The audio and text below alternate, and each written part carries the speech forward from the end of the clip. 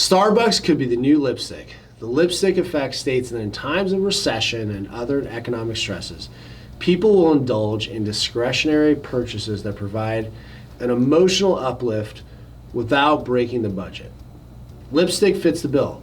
Leonard Lauder, the former CEO of Estee Lauder, observed that his brand's lipstick sales jumped after the 9/11 attacks and the corresponding American economic downturn. Some theorize that consumers think of lipstick as a small luxury, a purchase that provides feelings of comfort and indulgence without a big price tag.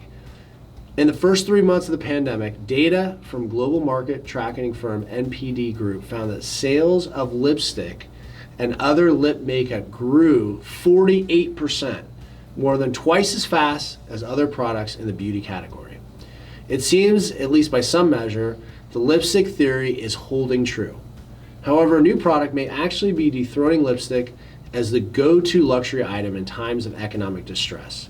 Starbucks. Starbucks generated record revenue during the last quarter of 2022 with a net income of $855 million, about 5% higher than the $816 million generated in the same quarter a year earlier.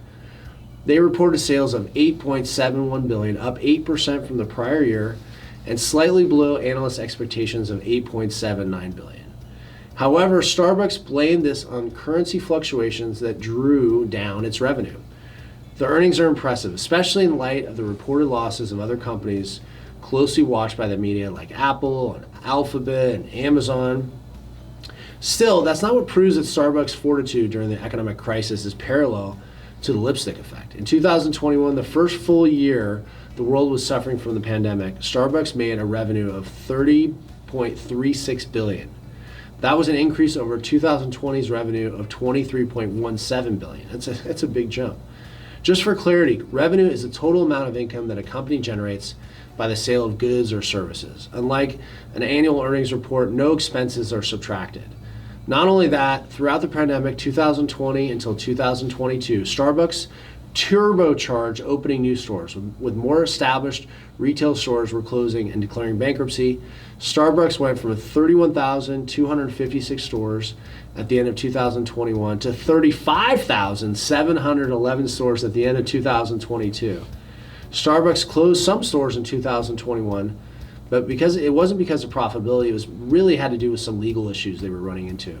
What's even more fascinating is that the coffee of Starbucks is not the best. And I might get some hate from that, but in my defense, even Starbucks doesn't really brag about their coffee. From psychologists to marketers to economists, many have tried to analyze and understand the obsession with Starbucks coffee. One factor almost everyone agrees on, it's not the coffee, it's the brand. Starbucks has successfully positioned itself as a luxury brand that almost everyone can afford.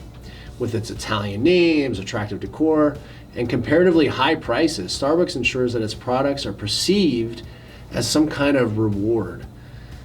It's just like Estee Lauder did with lipstick. Starbucks also positioned itself between home and workplace. Instead of competing against other coffee shops, it found its own space, one with no competition. It became a place where everyone could relax, charge their phone, work, meet with friends. If anything, it competed against movie houses and parks, and not really against other cafes. Starbucks has always been one of the best case studies for a business owner. Whether or not you like their coffee, they have revolutionized the coffee experience, customer service, and their business processes. To date, their rewards card is one of the most copied customer rewards program in history. The rewards program gives discounts on rewards to people who preload their cards with cash. Aside from motivating people to buy more and get points and get the reward, it gives the company cash just at their disposal. Yes, Starbucks customers are giving the company money before they even buy anything. It's brilliant.